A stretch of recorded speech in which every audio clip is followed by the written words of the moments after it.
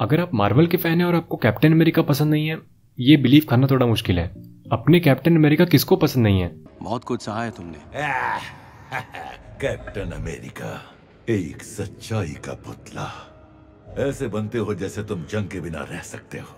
तुम्हारी मीठी बातों से मुझे डायबिटीज हो जाएगी। वेल, अल्ट्रॉन को छोड़ के। लेकिन क्या आप कैप्टन अमेरिका के बारे में सब कुछ जानते हैं? सच में? अभी पता चल जाएगा। और हाँ, अगर आप कैप्टन के साथ साथ आयरन मैन के भी फैन हैं तो आयरन मैन के अननोन फैक्ट्स का वीडियो मैंने आई बटन में दे दिया है, एक बार देख जरूर लेना। तो दोस्तों, अगर आप मार्वल के फैन हैं और चैनल पे नए हैं तो बिल्कुल सही जगह हैं।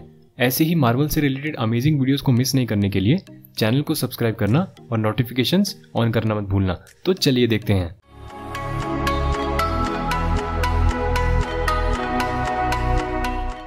Captain America first Avenger captain के लिए 5th लाइव एक्शन मूवी थी। कैप्टन अमेरिका फर्स्ट एवेंजर से पहले एक टेलीविजन मूवी निकली थी 1944 में और 2 और टेलीविजन मूवीज निकली थी 1979 में और एक थिएटर रिलीज भी हुआ था 1990 में। वेल, ये हमारे जमाने की मूवीज नहीं है, लेकिन मूवीज तो कैप्टन की ही हैं।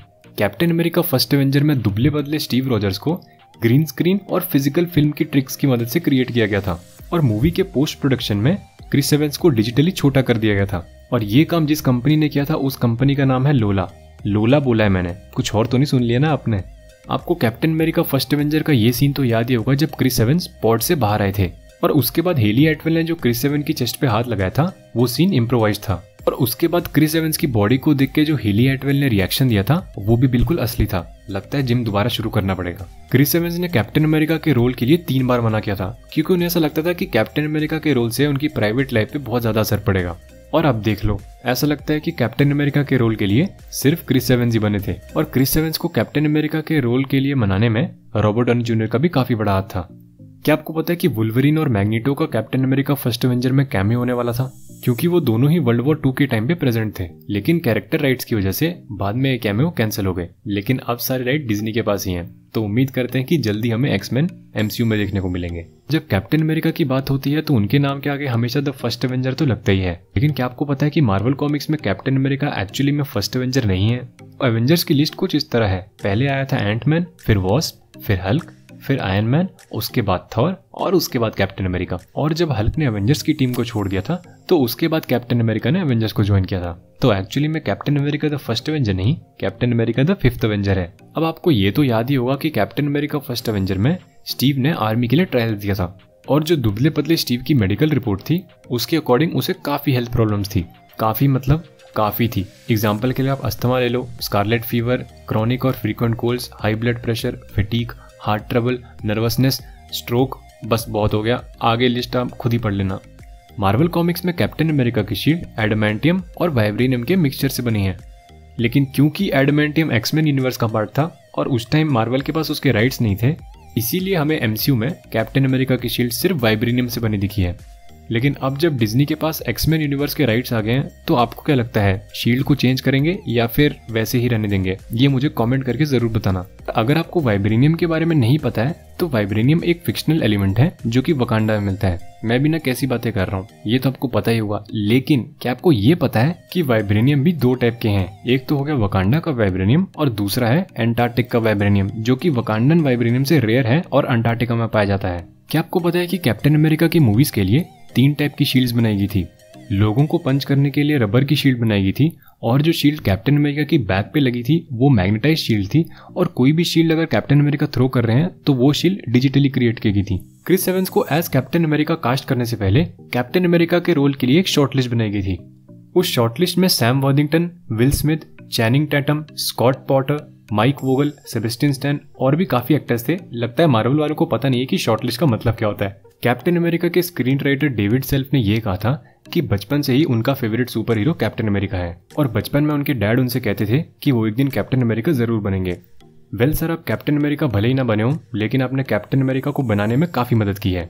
कैप्टन अमेरिका विंटर सोल्जर में एक सीन है जहाँ पे ब्लैक विडो डिपार्टमेंट H का मेंशन करती है। डिपार्टमेंट H एक कैनेडियन एजेंसी है जिसने वुल्वरीन और साथ ही साथ Canadian super hero team alpha flight को बनाया था। एंथनी मैकी जो फैल्कन का रोल प्ले करते हैं, उन्होंने बताया कि उन्होंने मार्वल को काफी सारे ईमेल लिखे थे एक कॉमिक बुक कैरेक्टर के रोल के लिए, और जब ये ईमेल्स केविन फाइगी की नजर में आए जो कि मार्वल स्टूडियोज के प्रेसिडेंट हैं, तो उन्होंने फैल्कन का रोल एंथनी मैकी को ऑफर किया। इसका मतलब समझ रहे हो, स्टॉकिंग इतनी बुरी भी नहीं है भाई। एंथनी मैकी ने ये रिवील किया है कि वो हमेशा से ही एक मार्वल फिल्म में काम करना चाहते थे, ताकि वो अपने बच्चों को ये बता सके कि कुछ सुपर हीरोज ऐसे भी हैं जो उनकी तरह दिखते हैं।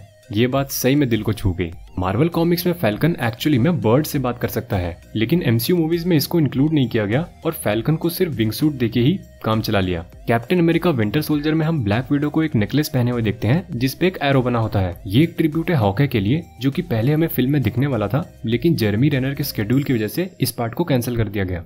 अब आपको ये तो याद ही होगा कि कैप्टन अमेरिका विंटर सोल्जर में कैप्टन एक टू डू लिस्ट बनाता है जिसमें वो चीजें लिखता है जो उसने मिस कर दी थी, लेकिन ये जो लिस्ट है वो हर एक कंट्री के अकॉर्डिंग चेंज होती है। फॉर एग्जांपल, अगर मूवी यूएस में रिलीज हुई थी तो उस लिस्ट में I love Lucy, Steve jobs और डिस्को लिखा होता है, और वही अगर मूवी फ्रांस में रिलीज हुई थी तो उस लिस्ट में 1998 world cup, the fifth element और डैफ्ट पंक लिखा हुआ है। इसी टू डू लिस्ट में हमें एक जगह द मून लैंडिंग भी लिखा हुआ दिखाई देता है। लेकिन क्या आपको पता है कि मार्वल कॉमिक्स में एक स्टोरी लाइन है हाउस ऑफ एम, जिसमें कैप्टन अमेरिका ही पहला इंसान था जो मून पे गया था। ये थोड़ा इंटरेस्टिंग हो गया।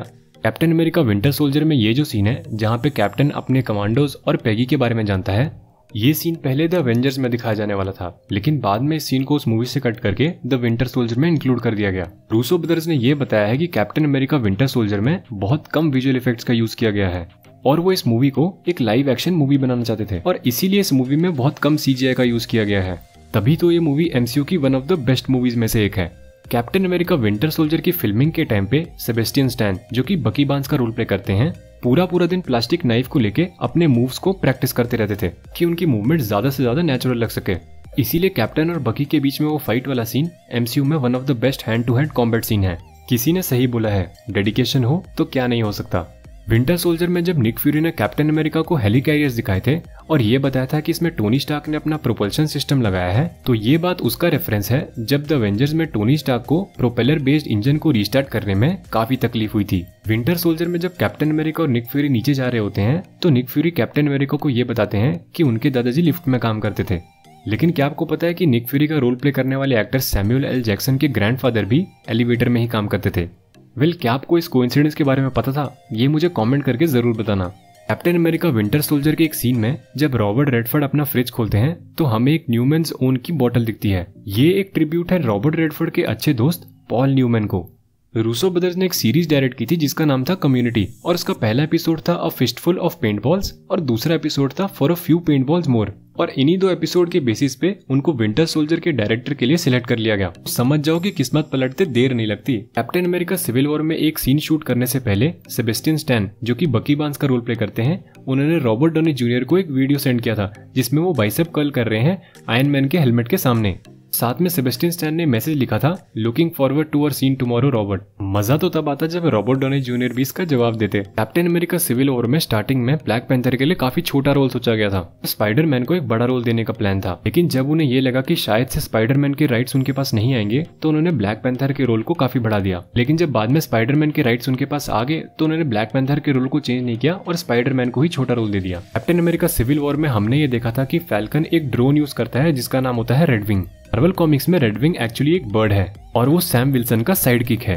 क्या पता ऐसा कुछ हमें the falcon and the winter soldier में देखने को मिल जाए। उसके लिए तो इंतजार करना पड़ेगा। कैप्टन अमेरिका सिविल वॉर का ये सीन कोई कैसे भूल सकता है। डंबल वगैरह तो छोटी बात है, इस सीन में क्रिस एवंस ने तो हेलीकॉप्टर से ही बाइसेप कर्ल कर लिया था।